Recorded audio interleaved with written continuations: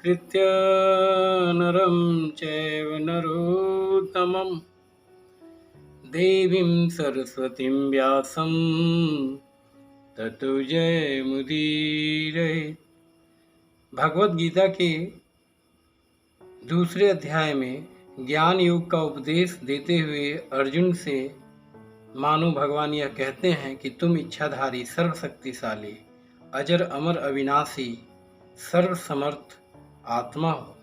तुम शरीर नहीं हो, देह नहीं हो, तुम दिव्य आत्मा हो जिससे सारा जगत प्रकाशित हो रहा है। तुम अजन्मा, शाश्वत, सनातन, सर्वव्यापी, अखंड, अचल, अभेद आत्मा हो। इसका नाश नहीं हो सकता। अतः तुम युद्ध करो, अपने कर्तव्य कर्म का पालन करो और आगे निष्काम कर्म योग का उपदेश करते हुए क्षमत्व बुद्धि से अपने कर्तव्य कर्म पालन करने की आज्ञा देते हैं। हानि लाभ जय पराजय को त्याग कर कर्म करने की प्रेरणा देते हैं। भगवान की मधुर दिव्य वाणी का श्रवण कर अर्जुन सम्मोहित से हो जाते हैं और भगवान से प्रश्न करते हुए तीसरे अध्याय का शुरुआत करते हैं। अर्जुन कहते हैं, अर्जुन वाच ज्यायसी चेत कर्मणस्ते मत्ता बुद्धिर्जनार्दन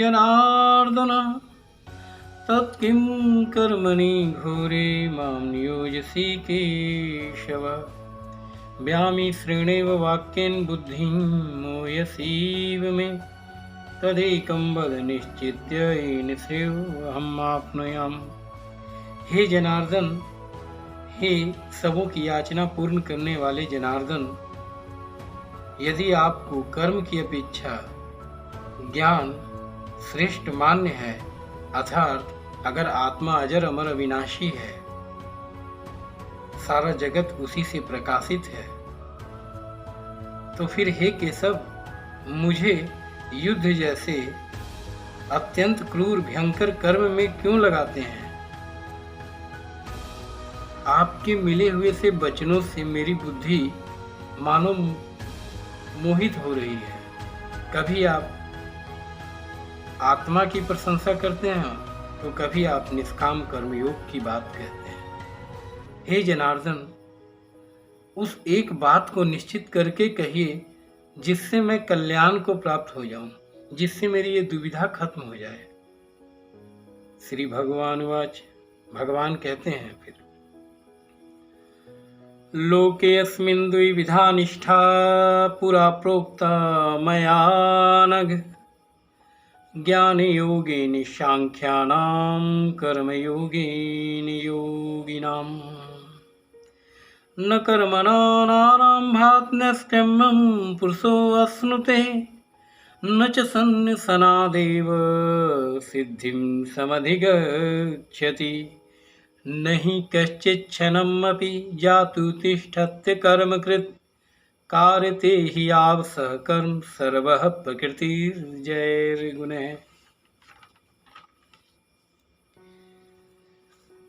अर्जुन अपने कल्याण की बात पूछते हैं और जो अपने कल्याण की सोचता हुआ निष्पाप स्वतः हो जाता है। इसलिए भगवान अर्जुन को निष्पाप कहते हैं। भगवान कहते हैं, हे निष्पाप अर्जुन, इस लोक में दो प्रकार की निष्ठा का मतलब होता है साधन की परिपक्व अवस्था, अर्थात प्रकाष्ठा का नाम निष्ठा है। भगवान कहते हैं, हे निष्पाप, इस लोक में दो प्रकार की निष्ठा मेरे द्वारा पहले कही गई है। उनमें से सांख्य योगियों की निष्ठा तो ज्ञान योग से है और योगियों की निष्ठा कर्म योग से होती है। पहले का मतलब प्राचीन काल में नहीं, पहले का मतलब यहाँ पे जो दूसरे अध्याय में भगवान ने कहा उससे संबंधित है। ज्ञान योग का मतलब हुआ माया से उत्पन्न हुए संपूर्ण गुण ही गुणों में बरतते हैं ऐसे समझकर तथा मन, इंद्रियां, शरीर द्वारा होने वाली संपूर्ण क्रियाओं में कर्तापन के अभिमान से रहित होकर सर्वव्यापी सच्चिदानंद घन परमात्मा में एक ही भाव से स्थित होने का नाम ज्ञान योग है। इसी को संन्यास योग, सांख्य योग इत्यादि नामों से कहा गया है।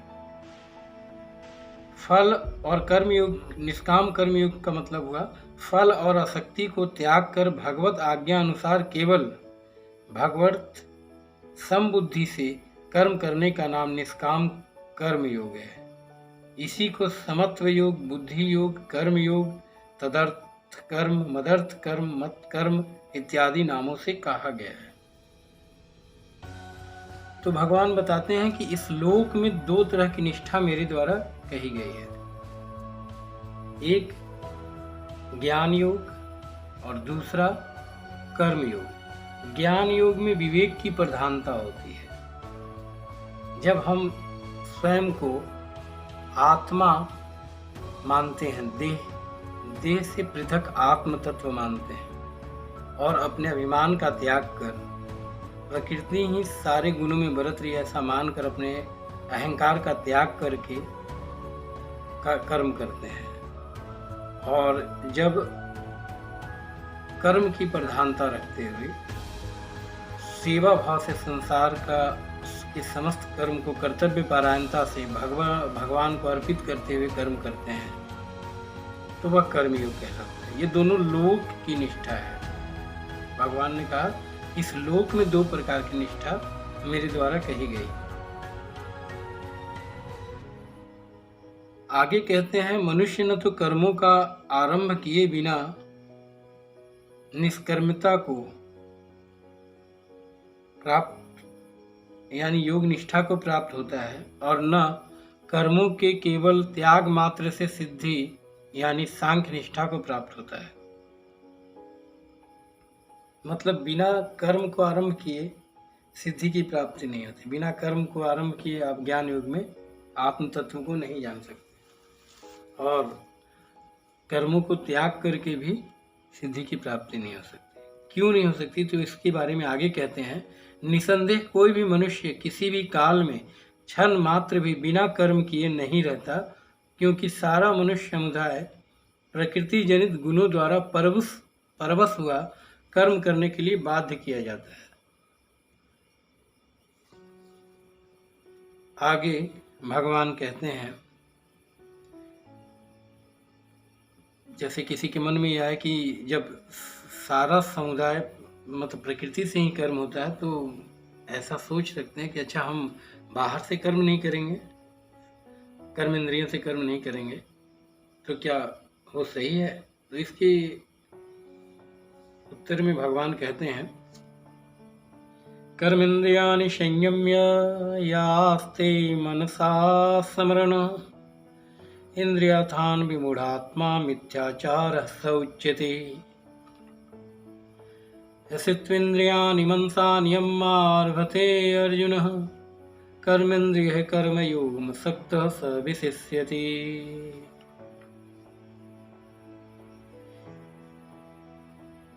अभी ऊपर भगवान ने कहा कि निसंदेह कोई भी मनुष्य किसी भी काल में क्षण मात्र भी बिना कर्म किए नहीं रहता, क्योंकि सारा मनुष्य समुदाय प्रकृति जनित गुणों द्वारा परवश हुआ कर्म करने के लिए बाध्य किया जाता है।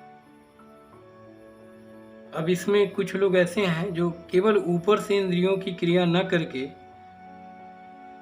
सोचते हैं कि कर्म जो है हम नहीं कर रहे हैं, पर कर्म वास्तव में मन करता है।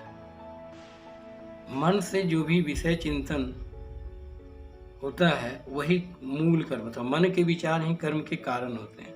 तो यहाँ भगवान जो मिथ्याचारी हैं उनके बारे में बताते हैं कि जो मूढ़ बुद्धि मनुष्य समस्त इंद्रियों को हठ पूर्वक ऊपर से रोककर मन से उन इंद्रियों के विषयों का चिंतन करता रहता है, वह मिथ्याचारी अर्थात दंभी कहा जाता है। और इस तरीके से कर्म योग का सही आचरण नहीं हो पाता, क्योंकि कर्म तो मन से होता है, विचार से होता है। पहले मन और विचार और वाणी में, उसके बाद ही तो क्रिया में कर्म संपादित होता है। तो भगवान ये कहते हैं कि कर्म कैसे करना है, तो बोलते हैं, यस्त्विन्द्रियाणि मनसा नियम्यार्भते अर्जुन कर्मेन्द्रिय कर्मयोगमसक्तः स विशिष्यति। किंतु हे अर्जुन, जो पुरुष मन से का मतलब यहाँ हो गया मन, बुद्धि, अंतःकरण, चित्त से इंद्रियों को वश में करके अनासक्त हुआ समस्त इंद्रियों द्वारा कर्मयोग का आचरण करता है, वही श्रेष्ठ है। मतलब कर्मयोग में एकाग्रचित्त होना, एक निश्चयात्मिकता बुद्धि होना अनिवार्य है, तभी आप कर्मयोग की निष्ठा को सही तरीके से निभा सकते हैं। और कर्मयोग में संसार की प्रधानता होती है। इस शरीर से संसार की जब हम सेवा करते हैं, इस शरीर से जब अपने कर्तव्यों का निर्वाह करते हैं, जैसे पुत्र अपने पिता की सेवा करता है, या पिता अपने पिता की सेवा करते हैं, या पति अपने पत्नी का, बच्चों का, समाज, परिवार का देखभाल करता है, तो उससे जो सेवा होती है शरीर से, ये जो कर्तव्य परायणता आती है जिससे संसार चलता है, तो कर्म योग में संसार की अपनापन न मानते हुए संसार की सेवा में ही अपने शरीर को लगाना पड़ता है। इससे आसक्ति कर्मों की छूट जाती है, पर इसमें एकाग्रचित्त मन से कर्म करना महत्वपूर्ण है। और कर्म न करने वालों की अपेक्षा कर्म करना श्रेष्ठ है, क्योंकि कर्म के बिना शरीर निर्वाह, बोलते हैं ऐसे त्विंद्रियाणि मनसा नियम्यारभते अर्जुन कर्मेन्द्रिय कर्मयोगमसक्तः स विशिष्यति। किंतु हे अर्जुन, जो पुरुष मन से का मतलब यहाँ हो गया मन, बुद्धि, अंतःकरण, चित्त से इंद्रियों को वश में करके अनासक्त हुआ समस्त इंद्रियों द्वारा कर्मयोग का आचरण करता है, वही श्रेष्ठ है। मतलब कर्मयोग में एकाग्रचित्त होना, एक निश्चयात्मिकता बुद्धि होना अनिवार्य है, तभी आप कर्मयोग की निष्ठा को सही तरीके से निभा सकते हैं। और कर्मयोग में संसार की प्रधानता होती है। इस शरीर से संसार की जब हम सेवा करते हैं, इस शरीर से जब अपने कर्तव्यों का निर्वाह करते हैं, जैसे पुत्र अपने पिता की सेवा करता है, या पिता अपने पिता की सेवा करते हैं, या पति अपने पत्नी का, बच्चों का, समाज, परिवार का देखभाल करता है, तो उससे जो सेवा होती है शरीर से, ये जो कर्तव्य परायणता आती है जिससे संसार चलता है, तो कर्म योग में संसार की अपनापन न मानते हुए संसार की सेवा में ही अपने शरीर को लगाना पड़ता है। इससे आसक्ति कर्मों की छूट जाती है, पर इसमें एकाग्रचित्त मन से कर्म करना महत्वपूर्ण है। और कर्म न करने वालों की अपेक्षा कर्म करना श्रेष्ठ है, क्योंकि कर्म के बिना शरीर निर्वाह भी संभव नहीं है। और निस्वार्थ और अनासक्त भाव से विहित कर्म करने की आज्ञा देते हुए भगवान आगे कहते हैं, नियतम कुरु कर्म त्वं कर्म ज्यायो हि अकर्मणः शरीर यात्रापि च तेन प्रसिद्धेत कर्मणः। तू शास्त्र विहित कर्तव्य कर्म कर, क्योंकि कर्म न करने की अपेक्षा कर्म करना श्रेष्ठ है। और कर्म न करने से तेरा शरीर निर्वाह भी नहीं सिद्ध होगा। शास्त्र विहित कर्तव्य कर्म जो कि कर्तव्य कर्म है, जो अवश्य करना चाहिए। शास्त्र की मर्यादा में जो कर्म निर्धारित हैं, वर्ण, आश्रम, या जिस कर्म को हम अपना मानते हैं, स्वधर्म जो हमारा है, स्वधर्म तो आत्मा का जो धर्म है, शरीर से अपनापन हटाकर अपने कर्तव्य कर्मों का समाज के लिए, देश के लिए, परिवार के लिए निष्काम भाव से जो सेवा भाव से जो काम किया जाता है, ये सब शास्त्र विहित कर्तव्य कर्म के अंतर्गत आते हैं। निषिद्ध कर्मों का त्याग कर देने से स्वतः कर्तव्य कर्म का पालन होने लगता है, क्योंकि कर्म न करने की अपेक्षा कर्म करना श्रेष्ठ है। इससे शरीर निर्वाह, जो भौतिक रूप से जो शरीर का निर्वाह जो जरूरी है वो तो पूरा होता ही है, इसके साथ ही साथ जन्म जन्मांतर तक कर्मों के बंधन से आप मुक्त होते हैं। इसमें शरीर निर्वाह का मतलब सिर्फ पेट पालने से नहीं है। इसमें शरीर निर्वाह का मतलब हुआ कि आप जब निष्काम कर्म करते हैं तो आप हर तरह के बंधनों को काटते चले जाते हैं। निष्काम कर्म में कर्म का फल देने की शक्ति नहीं होती, उसके फल का नाश हो जाता है और उस कर्म में दिव्यता आ जाती है। जैसे जब हम कोई कर्म करते हैं आसक्त होकर के, तो वह कर्म फलित होता चला जाता है और बंधनों में बंधता चला जाता है। लेकिन निष्काम कर्म होने पे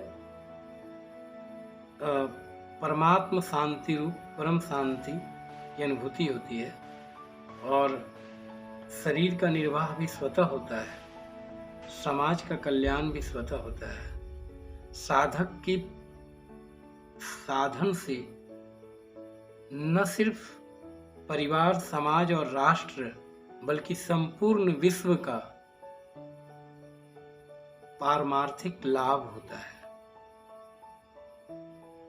इसी बात को आगे जाकर के भगवान श्री कृष्ण कहते हैं 9वें श्लोक में, यज्ञार्थात् कर्मणोऽन्यत्र लोकोऽयं कर्म बंधनः तदर्थं कर्म कौन्तेय मुक्त संगः समाचर। यज्ञ के निमित्त किए जाने वाले कर्मों से अतिरिक्त दूसरे कर्मों में लगा हुआ यह मनुष्य समुदाय कर्मों से बंधता है। इसलिए हे अर्जुन, आसक्ति से रहित होकर उस यज्ञ के निमित्त ही भली भांति कर्तव्य कर्म कर। निष्काम कर्म, वास्तव में निष्काम कर्म योग ही यज्ञ है। निष्काम कर्म योग के संपादन से स्वतः ज्ञान योग की स्थिति आ जाती है, क्योंकि ज्ञान आगे भगवान बताते हैं 5वें अध्याय में कि कर्म योग ही श्रेष्ठ है। क्यों श्रेष्ठ है? क्योंकि जब आप निष्काम कर्म योग का पालन करते हैं तो फल प्राप्ति में ज्ञान योग की जो आत्मा में स्थिति है वह स्वतः हो जाती है। तो कर्म योग के पालन से ज्ञान योग की स्थिति स्वतः मिल जाती है। तो जो अर्जुन ने प्रश्न किया कि आप ज्ञान को श्रेष्ठ मानते हैं, वास्तव में भगवान ने अर्जुन को दोनों ही साधन से, ज्ञान योग के उपदेश से और कर्म योग के उपदेश से, कर्तव्य कर्म में लगाना ही उनका मुख्य उद्देश्य है। भगवत गीता का जो मुख्य सार है वो कर्तव्य कर्मों की, दिव्य कर्मों की का संपादन है सृष्टि के संचालन के लिए। भगवान आगे इसमें कहते हैं, यदता चर्ति श्रेष्ठस्तदेवेतरो जनः स यत्प्रमाणं कृते लोकस्तदनुवर्तते न मे पार्थासीत् कर्तव्यं त्रिषु लोकेषु किंचन नान्वाप्तव्यं वर्तेव च कर्मणि। मतलब यह संसार जो है वह महापुरुषों के कर्म से ही चल रहा है। भगवान अपना स्वयं का उदाहरण देते हुए कहते हैं कि मेरे लिए इस संसार में कोई भी कर्तव्य कर्म नहीं है, फिर भी मैं कर्तव्य कर्म में बरत रहा हूँ, क्योंकि अगर भगवान कर्तव्य कर्म न करें तो पूरी सृष्टि छिन्न भिन्न हो जाए। और इसी कर्म की महत्ता बताते हुए इसी अध्याय में भगवान आगे कहते हैं कि कर्तव्य निष्काम कर्म से यज्ञ और सृष्टि की रक्षा होती है। इसलिए जो भी नियत कर्म है, जो भी आपका प्रोफेशन है, जो भी आपका काम है, विद्यार्थी का काम पढ़ना, शिक्षक का काम पढ़ाना, डॉक्टर का काम मरीजों की देखभाल करना, वकील का काम जज का काम, मतलब जो भी जिसका कार्य है, निर्धारित नियत कर्म है, उस कर्म को समाज की सेवा में और भगवत बुद्धि से भगवान को अर्पण करने के उद्देश्य से एकाग्रचित हुआ निश्चयात्मिकता बुद्धि से करना परम कर्तव्य है। इससे न सिर्फ परिवार का, समाज का, राष्ट्र का, बल्कि पूरे जगत का कल्याण होता है, पूरे सृष्टि का कल्याण होता है, सुख, शांति और समृद्धि की प्राप्ति होती है। उम्मीद करते हैं तीसरे अध्याय के 9वें श्लोक तक की व्याख्या आपको समझ में आई होगी। इस भगवत गीता रूपी सत्संग को नियमित तौर पर मैं आपके सामने रखता रहूंगा। अगर कोई सुझाव हो तो आप मुझे दे सकते हैं।